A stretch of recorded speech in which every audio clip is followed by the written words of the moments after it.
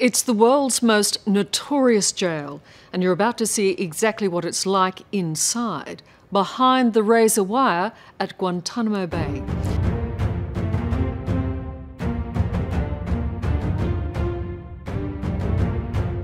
Jackson Semahoro niko nitwa. Torturous interrogations. You're gonna tell me right now, you're gonna tell me the truth. Ahangaha nta mikini haba, buri wese wageze icyizere cyo kubaho kwe gihita kiyoyoka. Kuba rero wanahapfira nta nkuririmo, iyo utahaguye utahura igisenzegeri ku buryo n'ubundi iyo utashye ntacyo wimarira, mbese ni mu kuzimu kuzira ubuzima. Niyo gereza mbi nimero ya mbere kuri yesi. Tekereza ko abayifungiyemo nubwo baba batazi igihe bazaviramo, bakubitwa buri munsi bagafungirwa mu twumba duto tutagira urumuri twuzuyemo amazi y'ubutita, bagira ngo bahawe agahinge, bakazanwa mu gisari kinini cyuzuye mu rusaku rw'imiziki dunda cyane. Ariko kandi ikibi muri ibyo byose nuko imfungwa zahangaha zitegekwa kwikinisha mpaka zirangije imbere y'abakobwa bambaye ubusa buri. Benshi rero ibi birabananira bakiyahura. Aha si ahandi ni muri gereza ya Guantanamo Bay Prison. Guantanamo Bay. David Hicks' home for the last. Byanze bikunze si ubwa mbere wumvise iri zina. Iyi ni gereza twumvise ku maradiyo kuva mu myaka ya 2002 niba waruharura byibuka. Abenshi mu bafungiye hano rero bariyahuye, abandi bakarokorwa bagerageza kwiyahura, ahanini biturutse ku iyicarubozo bakorerwa. George W. Bush niwe wategetse ko iyi gereza ibaho, maze ibaho ndetse yewe ihita yubakwa muri Cuba kugira ngo n'ubundi izajye yumvishirizwamo ibinani n'ibihazi byose byananiranye, cyane cyane ibyagirizwa ibyaha birimo ibifitanye isano n'ubugizi bwa nabi cyangwa se wenda n'iterabwoba. Kuri ubu rero ushaka kuvuga gereza mbi uhita utanga urugero rw'iyi ngiyi. Niyo ubonye iberamo ubunyamaswa n'ubugome ukavuga ko ari nka Guantanamo. Irengagize rero ibyavuzwe byose kuri gereza mbi waba warumvishe mu mateka, harimo wenda n'izuzi waba warabayemo. Dore ngizi gereza 10 mbi za mbere ku isi. Ntutungurwe rero no gusanga hari izahani iwacu ziri ku rutonde rwa gereza zimeze nk'ikuzimu. Twitwa Akarabo TV. Jackson Semahoro niko nitwa, kandi nk'ibisanzwe akazi kanyiri kamwe no kukubwira ibyo amatwi yawe atigeze yumva na rimwe. Ikaze.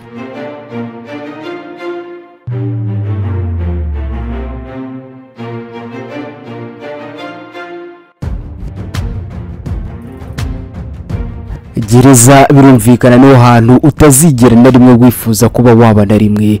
Byanze bikunze rero wavuze ko urugo rubirutwa na gereza ubanza ari yasinze cyangwa se wenda atari yuzuye neza. Byibuze niba n'uwavuze ko umugabo ngaseka imbohe. Ihangane rero unakenyere kandi ukomeze iminota mike rwose nkuzengurutse muri gereza zamenyekanye cyane ku isi kubera ibikorwa by'urugomo bihabera cyangwa se yewe imibereho mibi y'ababa muri izi gereza. Zimwe muri izo gereza rero abantu bapfiramo ari benshi, bagapfa rwose bagashyingura, abandi bakahandura indwara zinyuranye kandi zikomeye. Ngaho nawe nguru rutonde rwa za gereza 10, turaza guhera ku mwanya wa 10 tumanuka tugere ku mwanya wa mbere. Aha duhereye ni mu ibohero rya La Santé Prison. Iyi rero ni gereza iherereye i Paris mu Bufaransa kwa Emmanuel Macron. Iyi rero ikaba muri gereza zitazigira ziva mu mitwe ya benshi cyane cyane abazinyuzemo. Iyi rero ikaba ari gereza imaze igihe kinini cyane kuko yafunguye imiryango yayo imfungwa ya mbere yinjiyemo mu mwaka 1867. Kuva ubwo rero ahangaha habaye indiri y'imyigaragambyo n'imyigaragambyo itana ubuzima bwa benshi, haberamo ubwicanyi bukabije ndetse yewe no gutoroka ku bafungwa benshi bakunze kwitoroka, ariko kandi biba bigoye. Abafungiye muri iyi gereza rero ya La Santé Prison bemererwa gukaraba kabiri konyine mu cyumweru. Icyakora cyo nubwo iyi gereza yitwa ubuzima tugenekereje mu Kinyarwanda, ariko kandi urebye ibihabera nta buzima buhaba, ahubwo hibera urupfu gusa niho rutuye. Gereza iza ku mwanya wa 9 noneho tuvuye aho ngaho mu Bufaransa ni gereza yitwa Bangkwang Central Prison. Iyi rero birumvikana ni gereza imaze kuba ikimenya bose ku isi, ariko kandi inkuta zayo zishinze mu gihugu cya Thailand. Iyi rero yafunguye imiryango mu mwaka 1933. Iyi rero ikaba icumbikiye abanyabyaha bakomeye cyane ku isi, ndetse we bizwe ko inifitemo icyumba cyihariye biciramo abantu kimeze nk'ibagiro. Iyi gereza rero yamenyekanye cyane ubwo bafataga umwanzuro wo kujya basudirira ibyuma ku maguru y'abafungwa kugira ngo n'ubundi bataza gutoroka iyi gereza. Icyakora iri tegeko ryaje kuvanwaho ejo bundi muri 2013. Icyakora cyo ibikorwa by'iyicarubozo ku mfungwa zirahangaha byo ntibyahagaze, ndetse yewe iyi gereza nakubwira ko irimo abantu b'umurengera cyane, harimo ubucucike bukabije. Muri gereza waba ushaje, waba ufite ubumuga, waba utwite, ibyo byose rero ntibibuza abarinzi baho kugukubita umunsi nijoro, kandi bagakubita ahantu hose babonye, mu nda, mu mutwe, ndetse yewe ahashoboka hose baragukubita. Tuvuye aho ngaho muri Thailand, i Bangkok, reka tugere mu gihugu cya Turukiya. Hari gereza iza ku mwanya wa 8 n'ubundi muri gereza mbi cyane kuri y'isi ya rurema, ni gereza yitwa Diyarbakir Prison. Iyi gereza yo muri Turukiya urebye niyo gereza ya mbere ku isi ibamo iyicarubozo cyangwa se torture kurusha izindi zose.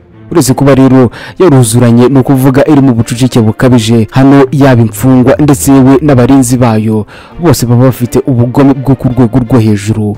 Baricana, bagateragura n'ibyuma, yewe hari n'abinjiranamo n'imbunda, hakabamo kurasana gukabije, mbese intambara ikarota.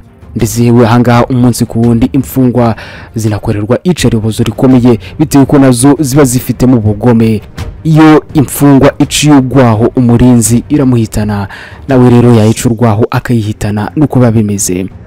Tuva ngaho muri Turukiya, indi gereza iza ku mwanya noneho wa 7 ni gereza yitwa Sabaneta Prison. Iyi rero iherereye mu mujyi wa Maracaibo, ni muri Venezuela kwa Nicolas Maduro. Iyi nakubwira ko yubatswe mu mwaka 1958. Icyo gihe rero ikaba yari igenewe kujyamo abantu 700 bonyine. Icyakora byaje kurangira iyi gereza icumbikiye abarenga 3700. Ibi niko byakomeje kumera kugeza ifunzwe muri 2010. Iyi gereza rero yabaye ikimenya bose kuko nta barinzi yagiraga, ahubwo yayoborwaga n'imfungwa ubwazo. Ibirara byo ku rwego rwo hejuru, ku rwego rwa mbere, abicanyi ndetse yewe n'abacuruzi b'urumogi nibo biberaga muri gereza. Ni gereza mbese yari imeze nk'ukuzimu. Kugira ngo rero ubumve ububi bw'iyi gereza, mu mwaka 1994 imfungwa yakongeje umuriro. Iki gihe ngo yari igamije kubuza bagenzi be gutoroka. Uwo muriro rero warakongejwe kuko urafata gereza yose iragurumana, ku buryo abantu barenga 150 bari bafungiyemo baje kwasiga ubuzima. Indi gereza noneho mbi cyane iza ku mwanya noneho wa 6 ni gereza yitwa ADX Florence. Iyi rero ni gereza iherereye muri Leta Zunze Ubumwe za Amerika, United States of America cyangwa se Etats-Unis. Iyi rero ibarirwa ku rwego rwa nyuma mu zicuzwe cyane, izi twita Supermax Prison. Iyi rero igenewe kwakira byibuze abanyabyaha bakomeye kurusha abandi mu gihugu. Imfungwa rero ziri muri iyi gereza ziba zitinyitse cyane kugeza naho abacungagereza bazitinya, kuko isaha n'isaha nabo zirabahitana. Abafungirwa muri iyi gereza ya ADX Florence rero nakubwira ko abenshi ari abahamijwe ibyaha by'iterabwoba ndetse yewe no gutera ibisasu mu bice binyuranye angaha muri Leta Zunze Ubumwe za Amerika. Tuvuye ku mwanya wa 6 gereza iri muri Leta Zunze Ubumwe za Amerika, iyo reka tuyiveho twerekeze no ku mwanya wa 5 ahari gereza y'ikimenya bose, ariko kandi gereza irutwa no kuzimu. Ni gereza yitwa Karandiru Penitentiary. Iri ni ihaniro cyangwa se wenda hari n'abakunda kuryiteguriro, ariko ni ihaniro. Iyi rero ni gereza yubatswe mu mwaka 1920, yubakwa mu gihugu cya Brazil. Iyi rero yigeze kuba ariyo gereza icumbikiye abantu benshi muri icyo gihugu cya Brazil nyine. Iyi gereza rero yamenyekanye cyane kubera imibereho mibi cyane y'abafungiyemo, ndetse yewe n'iyicarubozo rihabera. Umunsi umwe rero muri gereza ya Karandiru Penitentiary higeze kubera imyigaragambyo yari ikomeye cyane rwose, kugeza ubwo baje no guhamagara military police ikaza guhangana n'imfungwa zari zakamejeje. Iyi myigaragambyo yari ikomeye gutya rero yaje kurangira haguyemo imfungwa 111. Tuvuye aho ngaho rero mu gihugu cya Brazil hari gereza ikaze cyane, reka tuzinaha ni mu gihugu cy'u Rwanda, u Rwanda rw'imisozi igihumbi, u Rwanda rutekanye. Naho hari gereza yakunze kuza ku rutonde rwa gereza mbi kuri y'isi ya rurema, ni gereza ya Muhanga Prison. Gereza iza ku mwanya wa 4 uvuze gereza mbi, nk'uko ibitangazamakuru bitandukanye byandikira hirya no hino nka Israel Post byakunze kubigaragaza. Iyi rero ni gereza yahoze yitwa gereza ya Gitarama, ikaba yubatse mu karere ka Muhanga mu ntara y'Amajyepfo n'ubundi mu gihugu cy'u Rwanda. Iyi rero yubakwa bwa mbere ubundi yari igenewe kujyamo abantu 400 gusa, icyakora cyo nyuma yaje kugira ubucucike bukabije kugeza ubwo imibare y'abayifungirwamo igera ku 7,000. Nubwo rero nta bikorwa by'urugomo cyangwa se ibyicarubozo biberamo, igereza yashizwe kuri uru rutonde kubera ko umubare urenze ubushobozi bwayo utera imibereho mibi imfungwa zibarizwamo. Ibyo rero binayigira imwe muri gereza mbi cyane nayo kuri iyi si ya rurema. Muri iyi gereza rero hari amakuru yigeze gukwiragira ku isi yose mu bitangazamakuru bitandukanye ko imfungwa ngo zirya izindi kubwo kubura imvungure gusa aya ni amakuru leta y'u Rwanda yatewe utwatsi yivuye inyuma ikavuga ko ntaho bihuriye n'ukuri. U Rwanda rero rukaba rutarahwemye kwamagana ibyayo makuru ndetse n'urugomo yewe n'iyicarubozo ibijyamakuru mpuzamahanga byavugaga uko bwije n'uko bukeye mu nkuru z'umusubirizo byandikaga kuri gereza zo mu Rwanda. Ibyo kuba rero imfungwa zirya izindi ibyo urebye ntabwo byigeze biba muri gereza ya Gitarama, gusa ikiriho cyo ngo nuko hari ubucucike bukabije.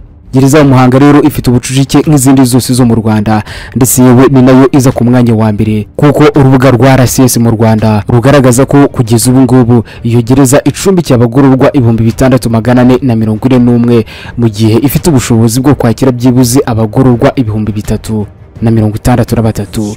Ugendeye rero ku bipimo mpuzamahanga bisaba ko umugororwa umwe aryama ahantu byibuze hangana na metero kare 1.6. Ubucucike muri iyi gereza ya Gitarama buri ku kigero cya 227.5%. Ushingiye rero ku mateka y'ibihe bya vuba ahangaha nta kintu na kimwe cyaba cyarabaye muri gereza zo mu Rwanda by'umwihariko iyi ngiyi ya Muhanga cyatuma bigera naho umwe yakadukira undi akamurya kubera ubucucike. Tuvuye muri gereza ya Gitarama cyangwa se gereza ya Muhanga turagira ku mwanya wa gatatu noneho muri gereza mbi cyane kuri iyi si, gereza ya St Quentin State Prison. Iyi rero ni gereza iherereye mu mujyi wa California ni muri leta zunze ubumwe za Amerika. Ikaba rero ari imwe mu zishaje kuruta izindi zose ku isi kuko yafunguwe mu mwaka 1952. Kuri ubu rero izwi nka gereza iri mu buzima bushaririye kuruta izindi zose ku isi. Iyi gereza rero bivugwa ko kuva ishinzwe imaze kugwamo abantu byibuze 400. Iyi gereza kandi izwiho gucumbikira zimwe mu mfungwa zikaze cyane kurusha izindi muri leta zunze ubumwe za Amerika. Umwanda uba muri iyi gereza rero biturutse ku gusaza kwayo ni bimwe mu biyigira mbi cyane kurushaho. Reka tuve muri iyo ngiyo noneho twinjire no muri iyi ngiyi, ni gereza yitwa Alcatraz. Iyi gereza iza ku mwanya wa kabiri, ikaba gereza kuri ubu ngubu itagikora kuko yafunzwe mu mwaka 1963. Gusa ariko nubwo yafunze imiryango yayo ntabwo izapfa ivuye mu mitwe y'abantu bitewe n'amabi yahabiraga. Iyi rero yari iherereye mu kirwa cya Alcatraz ni muri leta zunze ubumwe za Amerika n'ubundi. Bitewe rero n'ukuntu yari iri kure cyane yahatuye abantu, wasangaga ari ahantu heza ho kujugunya bananiranye. Abari bafungiye muri iyi gereza rero abenshi barabarasaga cyangwa se bakiyahura bitewe n'ubuzima bubi bahaboneraga, ndetse we abahazi neza mbese abahabaye akaba ari bo bahabatije izina ryo kuzimu. Aho ni ku mwanya wa kabiri.